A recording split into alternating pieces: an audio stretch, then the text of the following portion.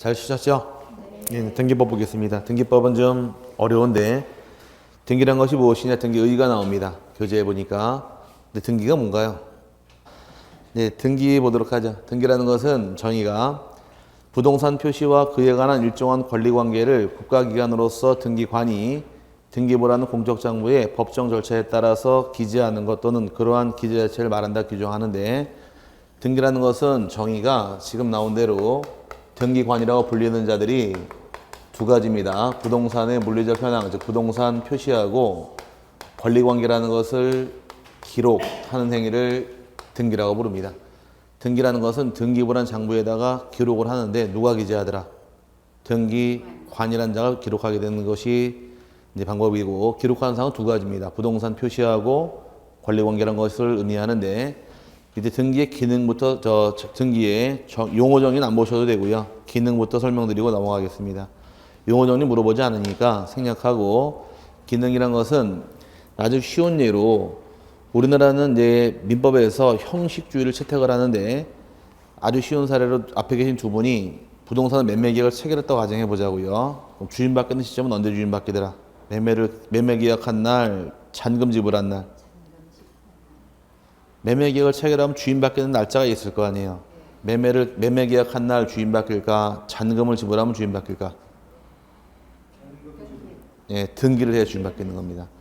잔금 지불해도 주인받겠는 게 아니고 등기란 걸 해야 되는 거예요. 등기란 건 등기부의 이름이 올라가야지 주인이 바뀌는 것이 등기정이고, 당사자끼리 아무리 주인받겠다고 입으로 떠들어봐야 주인받겠는 건 아니란 얘기입니다. 그럼 이 등기란 제도는 물건에 가진 권리, 물건에 관한 사항을 일반인이 알 수 있도록 공시하는 것이 공시제도예요. 공시라는 건 두 가지가 있는데, 부동산에 대해서 공시하는 방법이 있고, 그 다음에 동산의 공시 방법이 있는 겁니다. 부동산의 경우 등기란 것으로서 알리는 게 공시제도고, 공시란 건 공개표시 줄임말이에요. 부동산의 주인이 누구인가 알리는 것은 등기란 것이고, 동산의 경우는 누가 주인인가 점유로서 확인하는 겁니다. 동산은 손에 쥐고 있는 자가 주인이란 얘기예요. 추정할 때. 그럼 손에 샤프 쥐고 계시죠? 그 누구 거예요? 제 거라고 얘기를 합니다. 왜? 내가 점유하고 있으니까. 동산은. 부동산의 경우는 저 집 누구 겁니까? 살고 있다고 내 집이라고 주장할 수는 없어요. 왜? 세 사는 사람이 있으니까. 그 건물의 주인이 누구인가 등기부를 통해서 확인하는 것이 방법이다 보니까, 부동산의 경우는 등기로서 알리는 것이고, 동산은 점유로서 권리관계를 알리는 것이 여기에 차이점이에요. 그럼 우리가 배우는 건 부동산에 대해서 공시방법, 등기를 배우는 게 등기정인데, 등기는 물건을 제3자에게 알리고 등기를 통해서 거래를 그나마 좀 안전하게 할 목적으로 등기를 두게 되는 것이 목적이 되는 겁니다. 그 다음에 이제 등기 종류에서 세분하는데, 등기 종류는 크게 4개로 세분해서 첫 번째 나오는 분류 기준은 대상에 따른 분류 또는 기능이라 말 쓰는데, 무엇을 등기하느냐 또는 무엇을 공개 표시하느냐 보고 나눈 것이 두 가지입니다. 하나는 사실의 등기라는 등기가 있고, 또 하나는 권리의 등기에서 둘로 세분하는 것이 분류 기준인데, 사실의 등기라는 것은 등기부 중에서 표제부 등기라는 등기를 사실의 등기라고 부르고, 권리의 등기는 갑고 등기와 을고 등기를 권리라고 부릅니다. 사실의 등기라는 것은 이제 등기부를 열어볼 때 물어나 보자고요. 등기부 등본을 발급받은 경우에 제일 먼저 보시는 사항이 뭔가요? 누가 주인인가 소유권부터 확인하세요? 융자관계, 저당권을 먼저 확인하세요? 등기부 등본 발급받은 경우에 제일 먼저 보는 거, 소유권부터 먼저 본다? 아니면 저당권을 먼저 본다?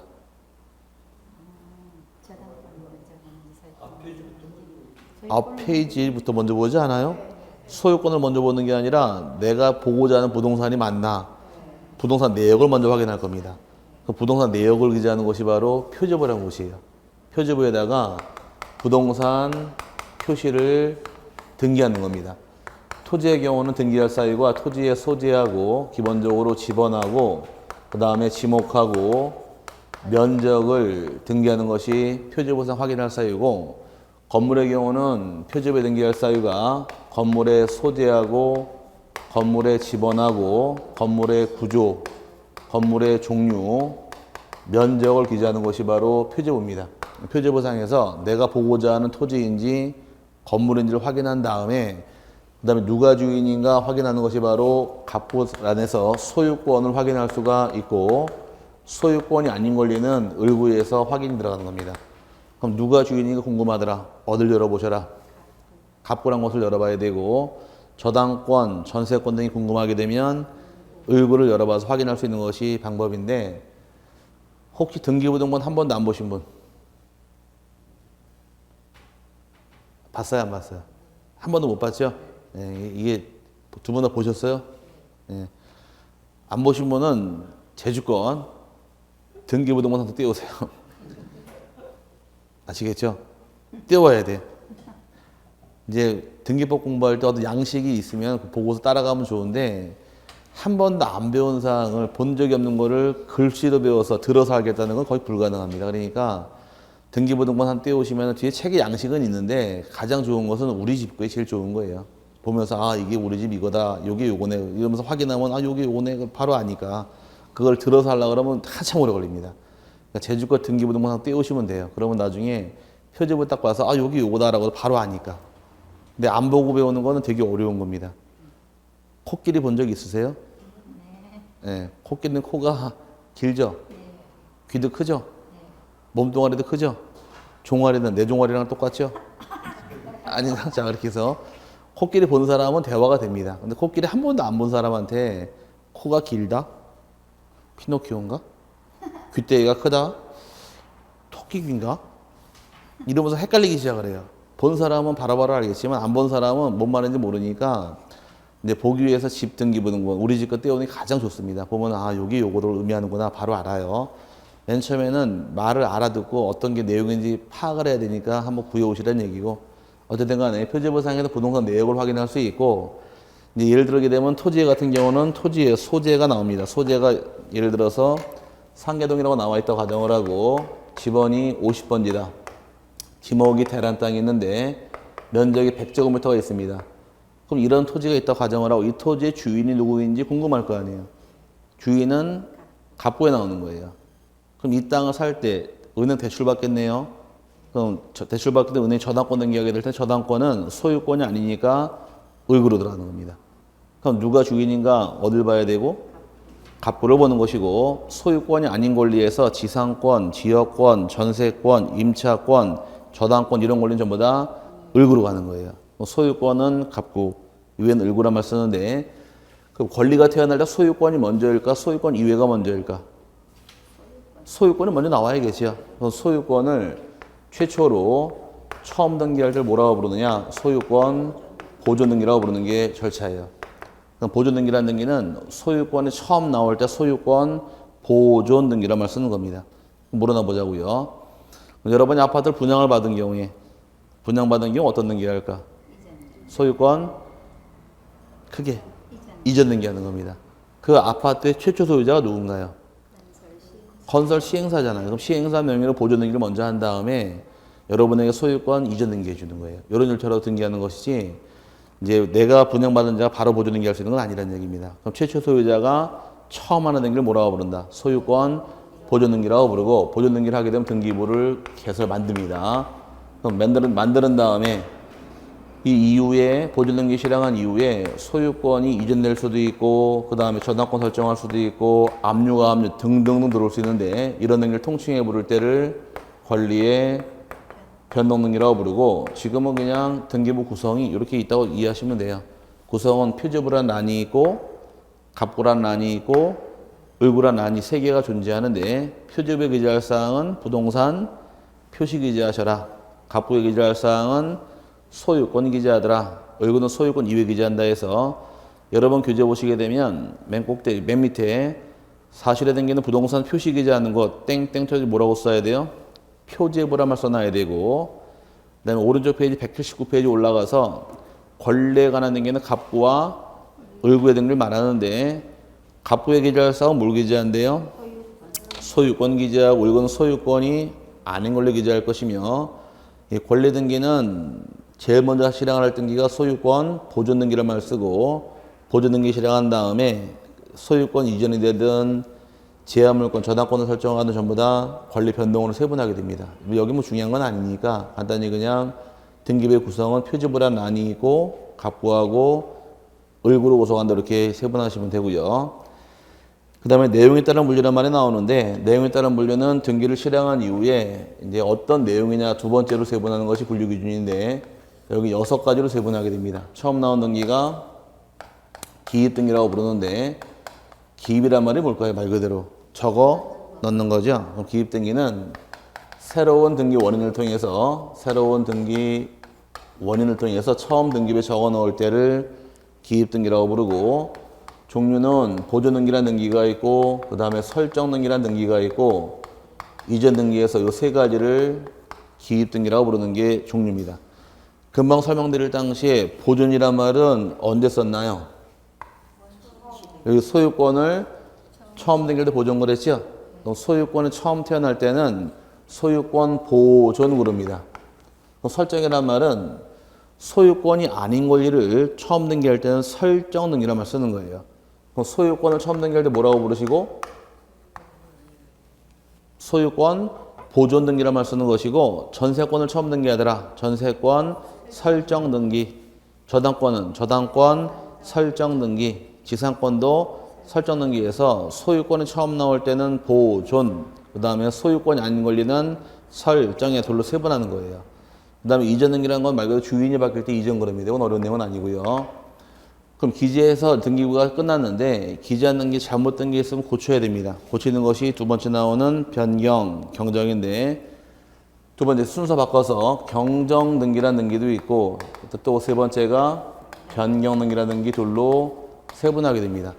둘 다 등기하는 목적은 등기된 사항하고 실체 권리관계가 서로 일치하지 않을 경우에 불일치 발생한 부분이 등기사항 일부의 하자가 발생하게 되면 일부를 바로잡기 위한 등기를 변경 또는 경정이라는 말을 사용을 하는데 변경, 경정의 차이점은 딱 하나가 있어요. 딱 하나가 요 불일치가 발생한 시점이 언제냐 보고 따지는 겁니다.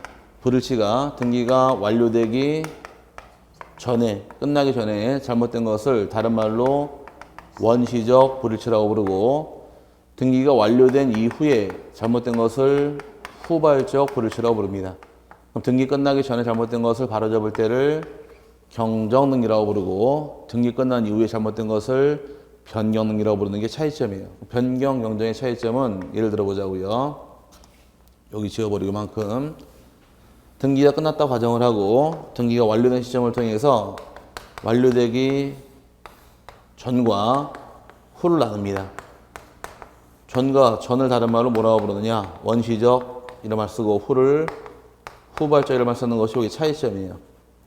어떤 기준 통해서 전은 원시적, 후는 후발적 그러는데 민법 공부할 당시에 혹시 불능 배웠어요?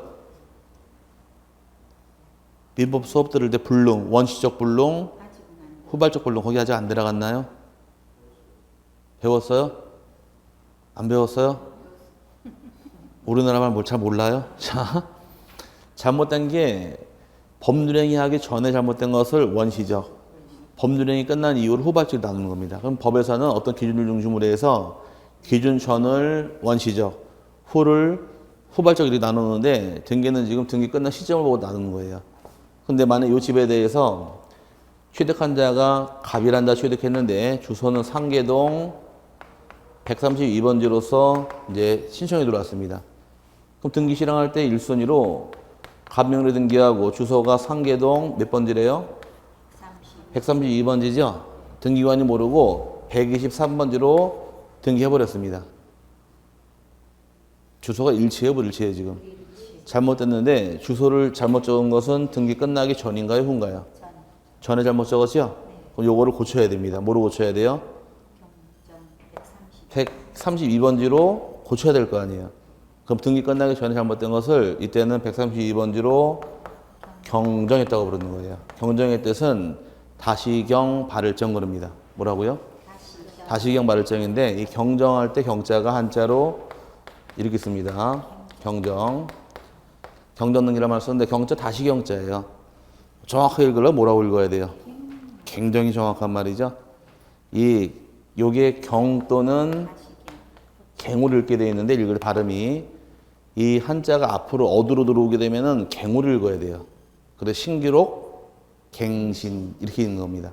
경신이 아니라. 근데 옛날에 책은 두 가지가 있었어요.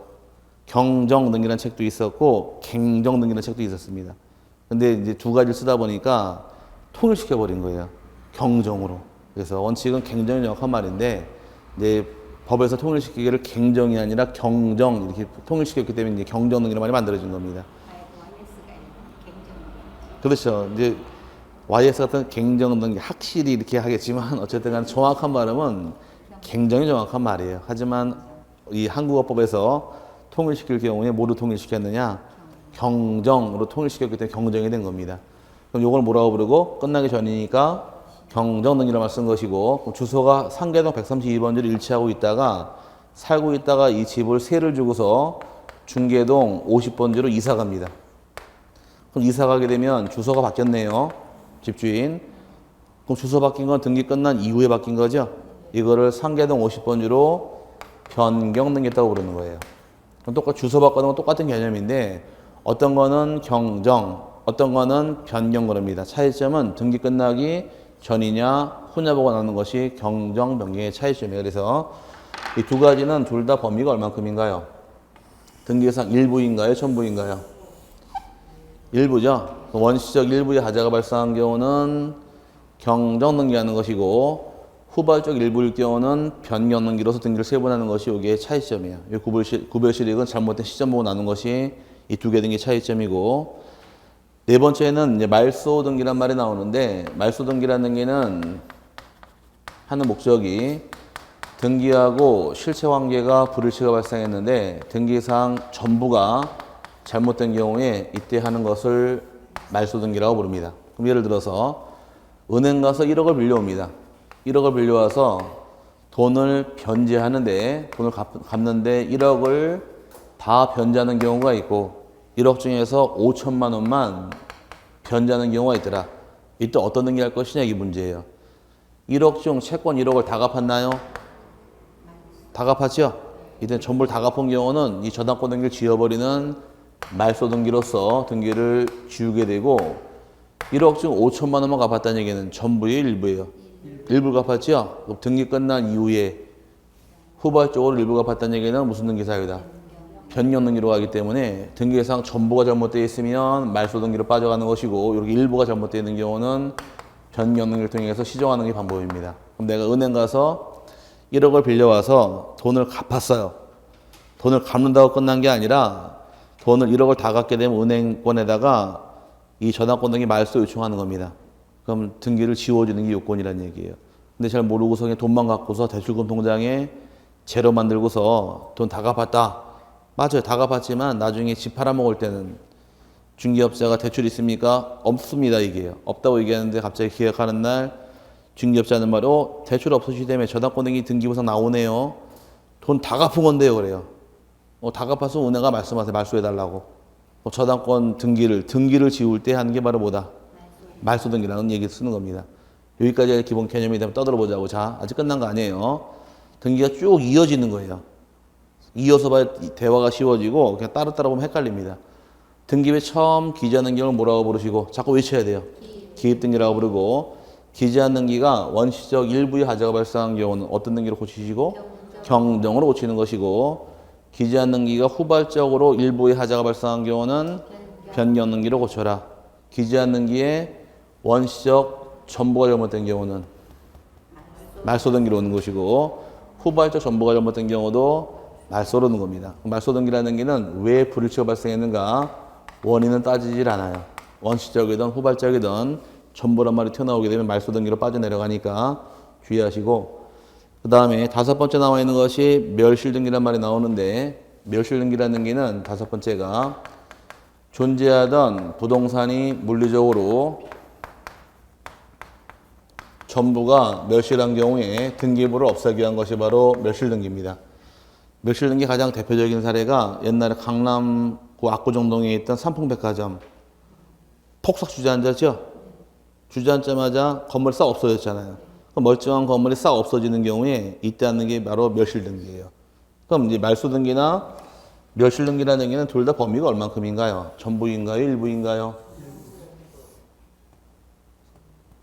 전부죠?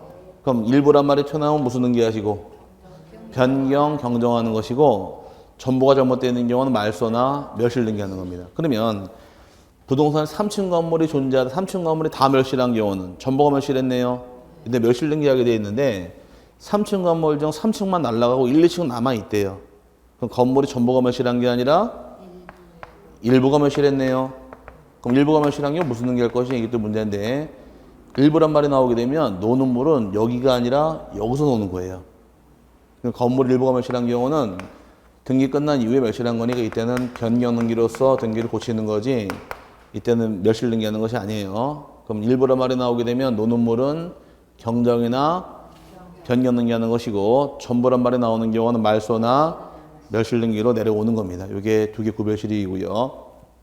그 다음에 마지막 6번째 나온 것이 회복 등기에서 말소 회복 등기라는 것이 있는데 말소 회복 등기라는 등기는 등기를 말소할 때 잘못 지운 경우 부적합하게 등기를 잘못 지운 경우 이때 다시 살리게 한 것이 말소 회복 등기인데 등기를 잘못 지울 당시에는 전부를 잘못 지울 수도 있고 일부를 잘못 지울 수도 있습니다.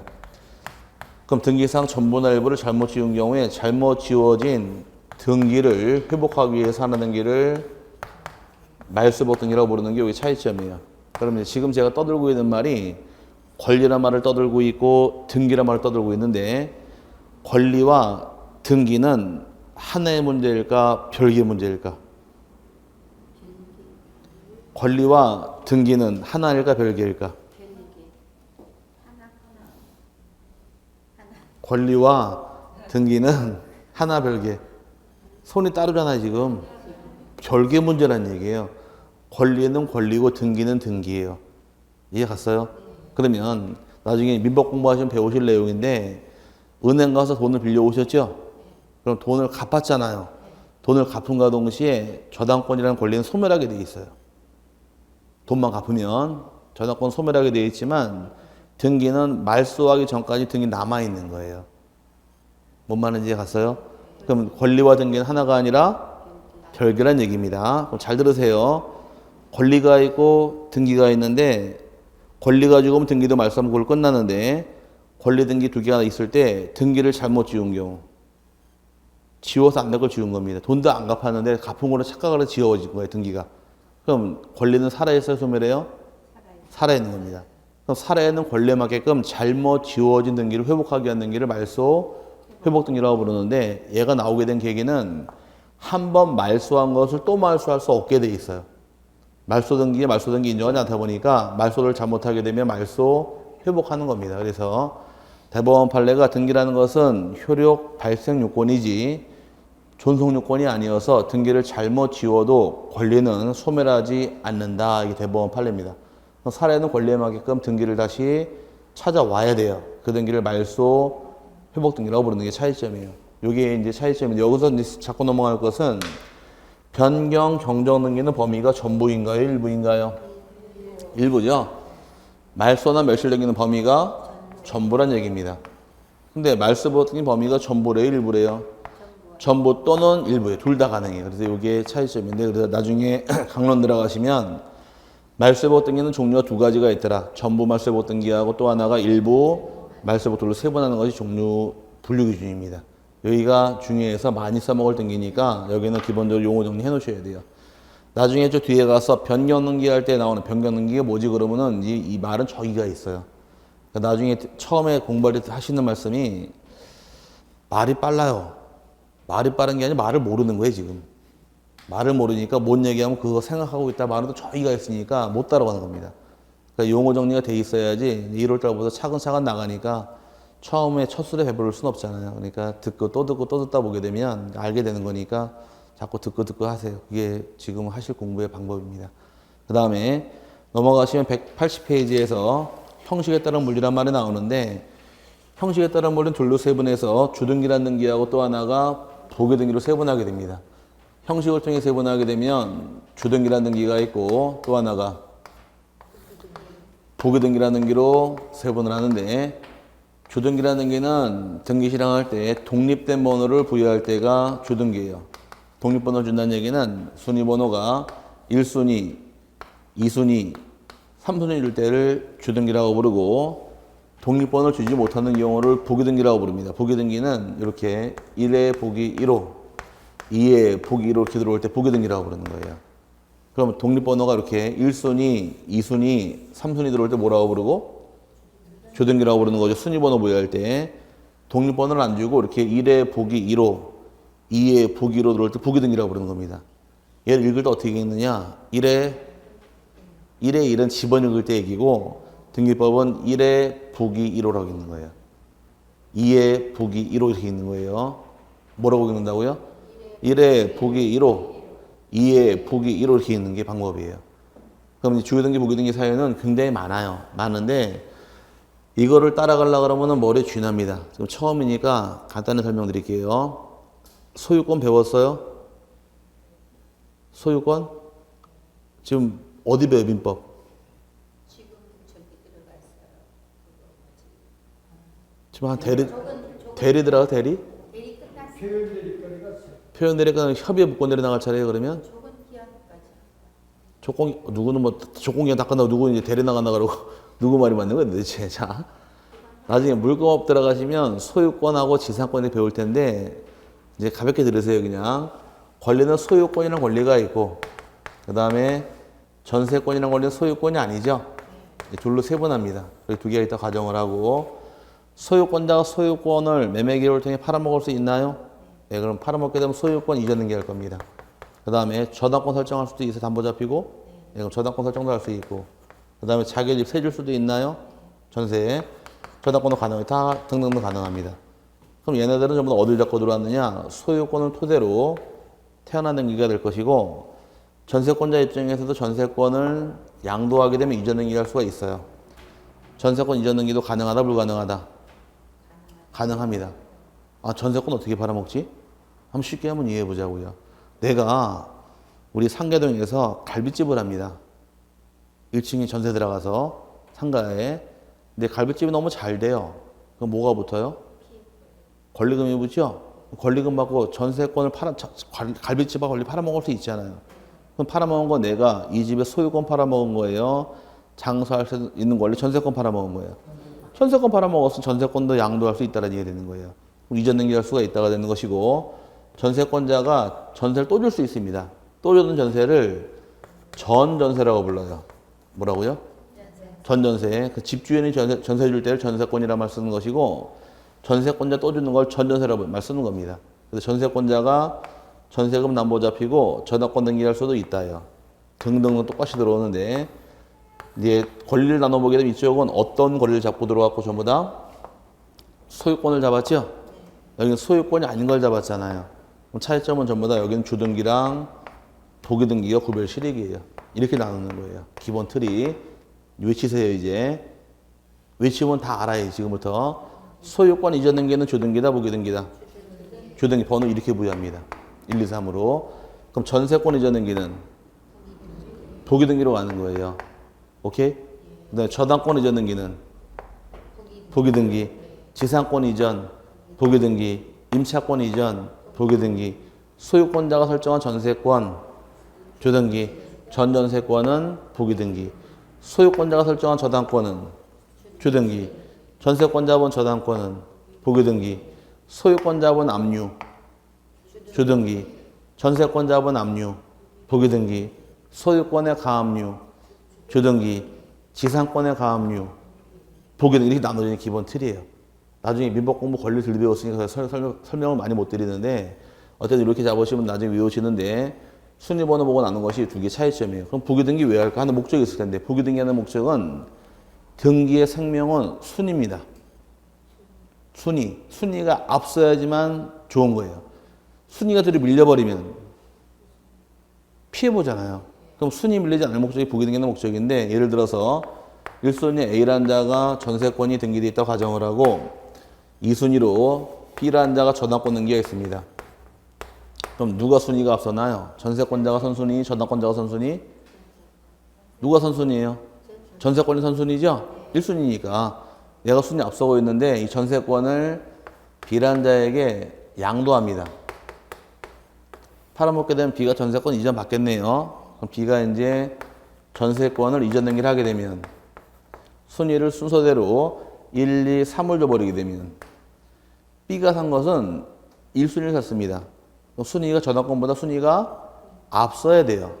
근데 3번을 줘버리게 되면 순위가 밀려버리잖아요. 그럼 3번을 줘서 안 되고 얘는 3번을 주는 게 아니라 1번을 잡고 들어온 1의 보기 1호라고 기재해 주는 거예요. 그럼 얘는 몇 순위고? 1순위고 얘는 2순위죠. 둘이 따지면 순위는 얘가 선순위고 얘가 후순위로 빠지는 겁니다. 그러니까 보기 등기하는 목적은 순위 밀리지 않으려고 선순위 번호에 가지번호 붙여가지고서 태어난 등기를 이걸 보기 등기라고 부르는 게 차이점이에요. 그럼 등기 내용 보고 따지는 게 아니라 순위 번호가 독립번호냐 독립번호가 아니냐 이걸 보고 나눈 것이 주등기와 보기등기 구별 실익이 되는 겁니다. 이 보기등기 사례는 우리 실판 다 채우세요. 다 채워요 이거. 종류가 굉장히 많아요.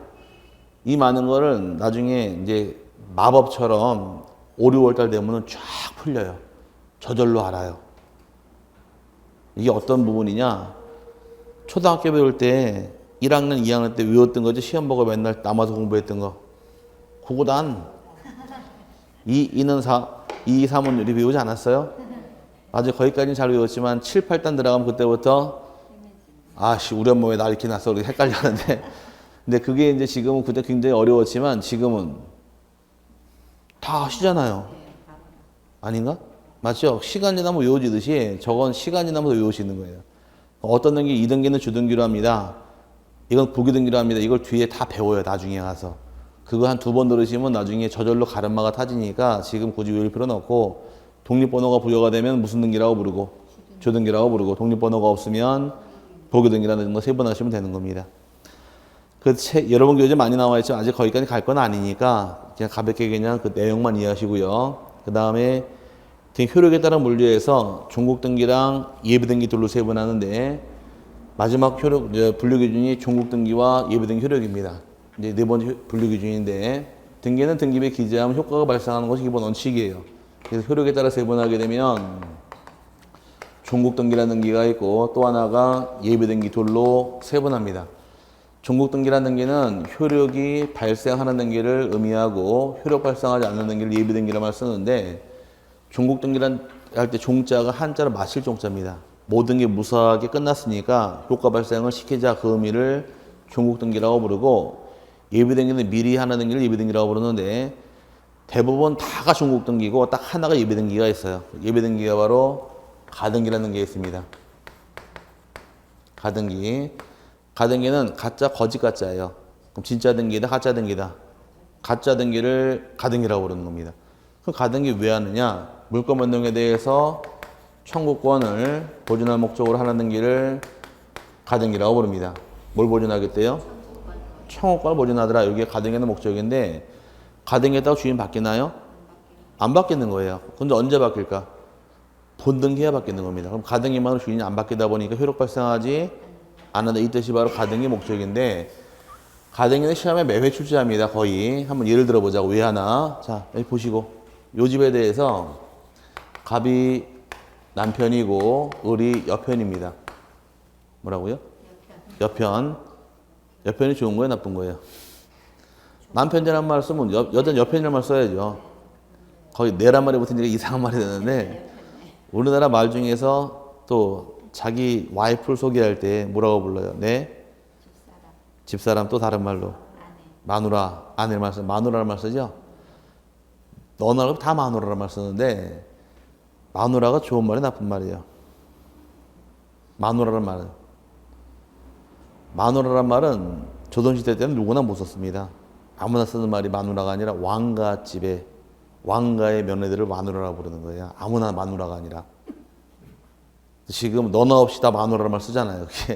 조선시대 같은 경우는 마누라가 왕가집, 왕가 그 자손의 며느리를 마누라라고 부르는 거지 아무나 다 마누라란 말 못 썼습니다. 근데 지금은 다 조상이 왕인가 봐. 다 마누라란 말 쓰는데 한 집에 가면 뭐 누가 왕이에요? 마누라가 왕이 아니지. 그럼 안 되시냐. 남자가 왕이 되고 그 왕의 여편이 마누라가 돼야 되니까 어쨌든 간에 마누라라는 표현은 지금은 너나 없이 다 쓰지만 유신이 보세요. 유신이 보시면 사극 같은 거 보다 보면 가끔 마누라 이렇게 나옵니다. 마누라는 왕가한테 쓰는 게 마누라인 거지 우리 일반인들은 마누라란 말 쓸 수 없던 시절이 있었어요. 근데 지금은 다 마누라란 말 씁니다. 어원이 많이 바뀌어서 그런데 또 쓰는 말 중에 단골이라는 말 많이 쓰지 않나요? 단골? 단골이 뭔가요? 단골의 뜻은 매번 가는 식당이 아니라 단골이라 말 뜻은 원래 어원이 옛날에 우리 토독신앙이 발달했잖아요. 토독신앙이 있다 보니까 그 무당집을 단골레라고 부르는 거예요. 잘 가는 무당집을 단골레라고 불러요. 예, 그게 말이 어원이 바뀐 겁니다. 그래서 이제 자주 가니까 단골 그러는데 원래 단골의 말 뜻은 잘 가는 무당집을 단골레라고 부르는 거예요. 근데 지금은 이제 말모로 막 쓰는데 또 그런 어원이 있습니다. 어쨌든 말이 좋게 바뀐 것도 나쁘게 바뀐 것도 있는데 어쨌든 간에 나중에 또 시간 되면 재밌는 말 해드릴게요. 자, 어떻게 말이 바뀌었는가에 대해서 들으시면 참 재밌는 사건들이 많아요. 자, 어쨌든 남편과 여편 사이에서 여편이 하는 말, 내일부터 공인중개사 공부하러 학원에 가겠대요. 학원 간다 그러니까 남편이 뭐라 그럴까? 여러분이 겪은 대로 얘기하세요. 열심히 하라고서 등을 두들겨 주든가요? 아니면은 네 머리로 되겠냐고 구박을 하든가요? 1번. 솔직히 얘기해봐요. 1번이요. 그렇다고 치고 자, 그럼 재미가 없으니까 남편이 하는 말 네 머리로 되겠냐고 구박을 합니다. 와이프 하는 말이 내 머리가 어떤데 그러니까 남편이 너 머리 별로 안 좋잖아. 괜히 어려운 거 하지 말고 그냥 접어라 그렇게 얘기합니다. 발끈한 마누라 하는 말이 내가 합격하면 어떡할 건데 라고 얘기하니까 내 손에 장을 지진대요. 합격하면은. 그런 말 하지 말고 현실적인 얘기 그러니까 너 합격하면은 내가 새로 지은 집 너 줄게 그랬습니다. 뭐라고요? 합격하면 집을 증여해 주겠대요. 부부간에 증여할 수 있나요? 예, 그럼 합격하면 주겠다. 얼마든지 가능한 겁니다. 근데 이 말을 남편을 믿어요, 안 믿어요? 그동안 살아버리고 못 믿겠죠? 자, 한번 믿어보자고. 믿고서 이제 계속 열심히 공부합니다. 열심히 공부하다가 8월 때쯤 가가지고서 모의고사를 봤는데 여편 점수가 평균이 80이 넘게 나왔어요. 꿈의 그라운드죠? 자, 꿈의 그라운드인데 80이 나왔습니다. 이 성적표를 딱 봤어요, 남편이. 딱 보자마자 무슨 느낌 들을까? 집 뺏기겠네, 이거. 그래가지고서 안 되겠다 싶어서 9월 30일 날 시험 보기 전날 전에 병이란 자에게 이 집을 팔아버립니다. 아유, 나쁜 인간. 자, 집 뺏길 것 같아가지고 얼른 팔아버렸어요. 근데 이 사정을 모르고 열심히 공부한 여편이 합격을 합니다. 합격을 해서 어이 신랑 집 갖고 와 그러니까 이 집 소유권 어디 누구한테 넘어가 있어요 지금? 병한테 넘어가 있죠? 그럼 이 파는 집 또 줄 수 없잖아요. 그러면 을입장에서 합격하면 집 가질 권리를 뺏긴 거예요 지금. 뺏겼으니까 그럼 이걸 지킬 방법이 뭐가 있느냐? 그랬더니만 뭐 하래요? 가등기를 하래요.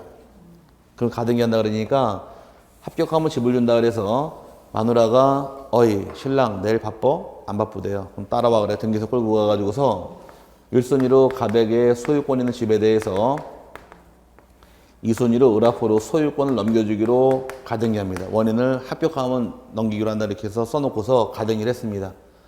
가등기하면 소유권 을에게 넘어왔나요? 안 넘어왔나요? 아직 안 넘어왔죠? 소유권 누구한테 있어요? 가백에 있잖아요. 가등기했다고 주인 바뀌는 게 아니니까 효력이 발생하지 않는다 이 뜻이에요. 그런데 가등기하고 난 상태에서 사업을 하고 있는 병 입장에서 8월 달쯤 돼가 돈이 급합니다. 그렇게 해가지고 이 집을 팔아야 될 것 같아요. 그래서 병이라는 자에게 친구한테 야 병아 집 좀 사라. 내가 집 싸게 해줄게. 내가 돈이 급하니까 네가 좀 사라 그랬습니다. 그럼 가등기 있는 거 팔아먹을 수 있어요? 네, 팔아먹을 수 있으니 사라고 얘기를 합니다. 근데 병이 딱 보니까 등기를 봤더니 누가 나와요 지금? 을 앞으로 가등기 해놨죠? 무서워요 안 무서워요?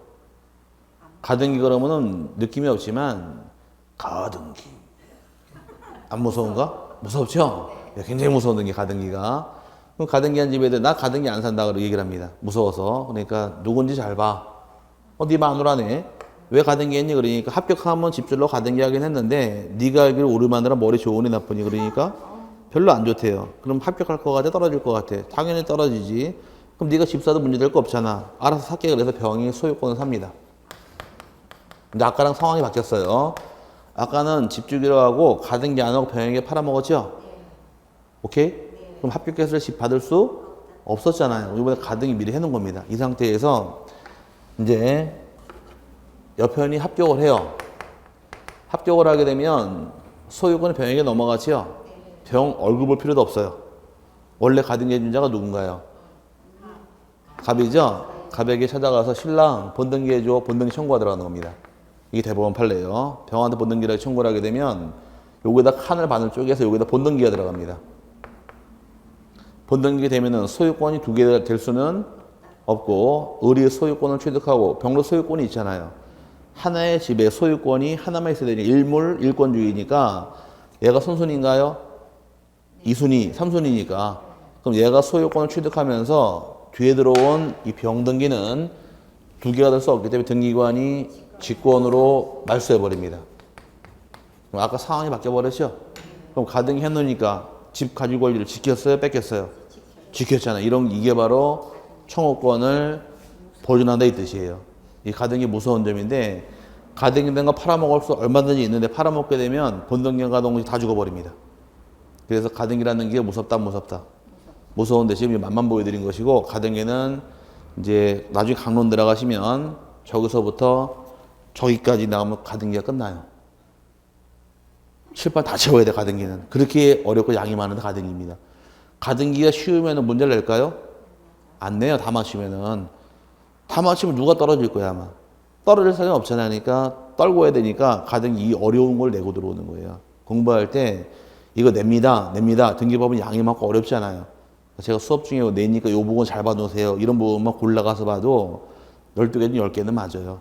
왜? 거의 정형화가 돼 있어야 되는 데가. 어쨌든 가등기는 종국등기, 예비등기. 가등기는 종국등기, 예비등기죠. 가등기를 뺀 나머지가 전부 다 종국등기예요. 변경등기도 종국등기, 말소등기도 종국등기, 소유권 인정등기도 다 종국등기입니다. 뭐 하나 빼고 가등기 하나 빼고 다 종국등기가 된다 이렇게 묶어놓으시고요. 그 다음에 오른쪽에 실체법상 등기사항, 절차법 등기사항 나온 것은 여기는 아직 보지 마세요. 실체법은 민법이고 절차법이 등기법인데 민법 공부가 덜 돼 있으니까 여기는 1월 달에는 나갈 때 설명드릴 것이고 그 다음에 등기할 사항이 물건 쪽 보겠습니다. 등기할 물건은 크게 둘로 나눠서 이제 토지하고 건물 둘로 세분하는 것이 분류 기준인데 그 등기부가 두 개가 존재합니다. 토지 등기부하고 건물 등기부. 제가 처음 만났을 때 제 과목 설명하면서 지적법은 토지만 다루는 법이다 설명을 드렸고 건물 다루는 법은 건축법이 담당을 합니다. 설명드렸고요. 반대로 토지와 건물의 권리를 다루는 법은 부동산 등기법입니다. 설명드리면서 기억이 안 남아있죠? 남아있어요? 안 남아있어요? 안 남아있는 당연한 거예요. 그게 남아있으면 정상이 아니에요. 그 사람은. 자, 그럼 등기법은 토지 등기부랑 건물 등기부가 두 개가 있다 보니까 등기는 토지, 건물 둘 다 다루는 거예요. 그래서 등기하는 물건의 경우 둘로 세분해서 토지와 건물 등기할 수 있는 것이 여기 기본 개념입니다. 토지도 등기할 수 있고 건물도 등기할 수 있는데 토지가 등기되기 위해서 한 필지로 지적법상 확정이 된 경우에 등기를 하게 될 것이고 그 다음에 건물의 경우도 한 동 건물로 건축법상 확정되면 등기할 수가 있다. 이 기본 틀이에요. 그럼 하나의 필지 단위로 등기하시고 한 동 건물 등기해라. 필지의 경우 기본적으로 등기할 수 있는 요건은 원칙이 사건의 목적이 되는 권리는 등기하는 것이 목적입니다. 원칙은 사건의 목적이라는 얘기는 국가가 가진 땅은 등기할 필요가 없습니다. 대표적인 예가 한강 토지인가요? 한강? 그러니까 한강 토지냐고요? 토지죠? 하천이라고 배웠으니까 한강은 토지로 대장은 존재하는데 한강이 누구 땅인가요? 국가 땅이죠? 그럼 그거 등기해야 알아요? 안 해도 안 해도 이런 건 등기할 필요가 없다는 것이에요. 개인들 간의 목적이 되는 소유권을 등기하라. 사건의 목적이 될 때 등기할 수 있는 것이 내용이다 보니까 여러분 교재 읽어보게 되면 하나의 필지람은 일정한 지면에 정당한 이익이 있는 범위 내에서 상하를 포함하는 것이며 그 다음에 거기까지 보시면 될 것이고 내려와서 이번 사건의 목적이 되는 것 찾으셨나요? 네, 그래서 여기서 말하는 토지는 사건의 목적이 되는 것의 하나며 그렇지 않은 공유수면화의 토지나 국유하천 등은 등기 능력이 없는 게 원칙이다. 할 필요가 없는 겁니다. 왜? 등기 안 해도 누구 건지 아니까. 여기까지 갔어요. 그 다음에 밑에 이제 하지만 예외적으로 사건의 목적이 되는 토지는 비록 공용 제한을 받고 있다 할지라도 등기할 수 있는 예외 규정이 있습니다. 나중에 일단 오늘 여기까지 보시면 되고요. 넘어가시게 되면 이제 일필토 일부라는 참 중요한 말이 나오는데 그럼 일필지 일부 같이 묶어드릴게요. 잠깐 대기하시고 밑에 이제 또 건물부터 설명드리겠습니다. 건물도 한동 건물 등기라는 건축법상 건축물 대장이 존재해야 되는 거예요. 등기할 수 있는 한동 건물의 개념은 이렇게 해서 한동 건물이 존재해야 되고 한동 건물로 인정합니다. 단독주택으로 이해하시면 될 것이고 한동인 단독주택 반대로 하나의 대지 안에 안채가 있고 사랑채가 있더라. 그럼 주된 건물도 있고 부속 건물이 있죠. 왜 집에 안에 울타리 안에 뭐 창고 되고 막 있잖아요. 이것도 법적으로 하나의 건물로 인정하는 겁니다. 그 다음에 아파트 같은 경우는 이 많은 칸수 중에서 우리 집이 요것도 한동 건물이에요. 개념이. 한동 건물의 개념은 하나의 대지에 건물이 하나가 있어도 이게 한동 건물로 인정할 수 있는 것이고 하나의 대지 안에 건물이 여러 개가 있어도 한동 건물로 인정하는 경우가 있습니다. 한옥집 같은 경우에.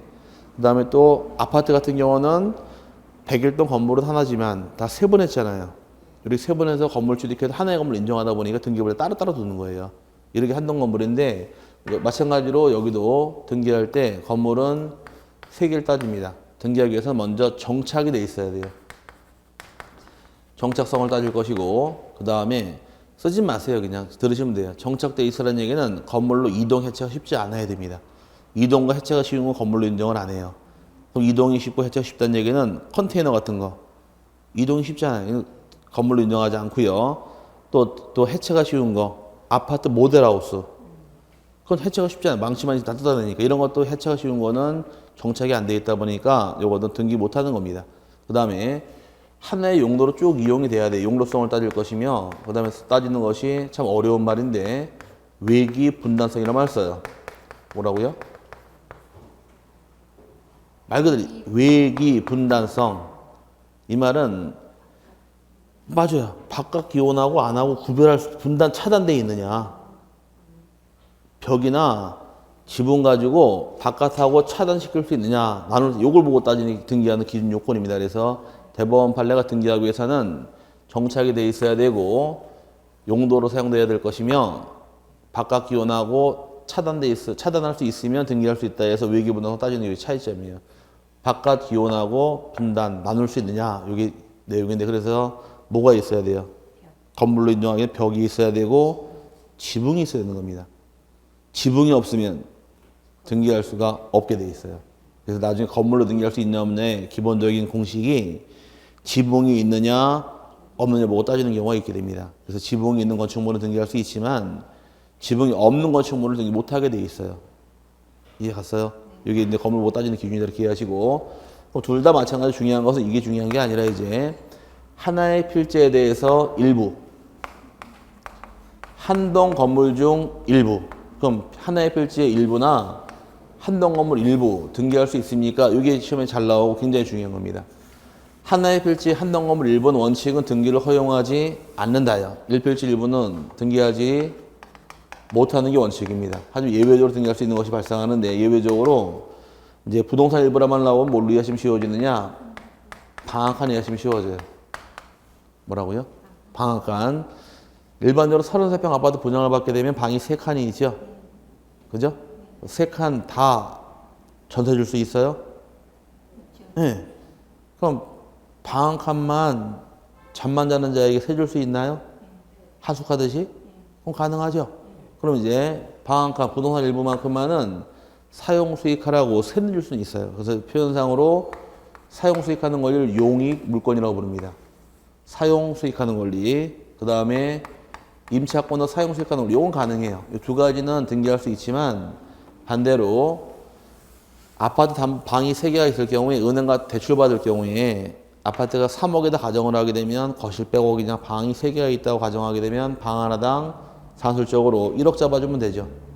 그럼 내가 한 5천만 원 필요할 경우에 대출받을 때 작은 방 한 칸만 담아잡히고 더 물려올 수는 없잖아요. 그러니까 부동산 일부는 세줄 수는 있어도 소유권 이전 등기한다거나 또는 저당권 담보 제공할 수는 없게 되어 있습니다. 이게 굉장히 중요한 거예요. 앞으로 이거 가지고 계속 써먹어요, 이제. 그럼 이제 방 한 칸은 세 줄 수 있다, 없다? 세 줄 수 있지만 담보 제공할 수는 없다. 이게 굉장히 중요한 겁니다. 그래서 교재 읽어보게 되면 그거 줄쳐놓고 넘어가자고요. 페이지 182페이지에 토지 건물 똑같은 거니까 1필지 1부의 토지 일부 양도에서 182페이지 맨 꼭대기 읽어보게 되면 1필 토지 일부만을 분필 절차를 밟기 전에는 토지 일부를 양도하거나 저당권을 설정하거나 점유로 시효 취득하지 못한다. 못한다는 얘기지만 다만 지상권, 지역권, 전세권 요 세 가지를 줄여서 용익 물권이라고 부르는 겁니다. 아직 안 배웠으니까. 임차권은 1필지 1부에도 설정할 수 있는 예외가 인정이 된다. 찾으셨나요? 거기까지만. 공유집은 아직 안 나갈게요. 헷갈리니까. 그럼 이제 오늘은 여기까지 보시는데 이게 굉장히 중요해요. 자, 여기 보세요. 쓴 나중에 쓰시고. 방 한 칸, 즉 부동산 일부는 세 줄 수 있어요? 예, 담보 적용할 수 없다. 이거 잡아놓고 넘어가셔야 됩니다. 건물도 마찬가지예요. 건물도 똑같은 개념이니까 건물도 사용 수익하라고 세 줄 수는 있더라도 방 한 칸 담보자 폐지는 못하게 돼 있으니 같은 개념입니다. 같이 보시면 돼요. 그 원칙은 이제 요거는 생략하고 나올 건 아니니까 토지는 하나의 필지일 것, 건물도 한 동 건물일 것, 오케이? 그럼 필지나 한 동 건물 단위 등기하게 돼 있는데 1필지나 한 동 건물 일부 등기할 수 있느냐?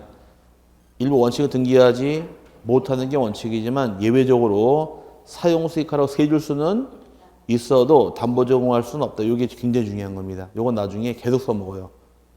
끝날 때까지 계속 써먹다 보니까 이건 잡아놓으시면 굉장히 편하니까 여기까지 봐놓고 넘어가시고요. 그 다음에 182페이지에 등기할 사인 권리 여긴 잠깐 쉬셨다가 다시 또 들어가서 1시간 더 하고 마치도록 하겠습니다.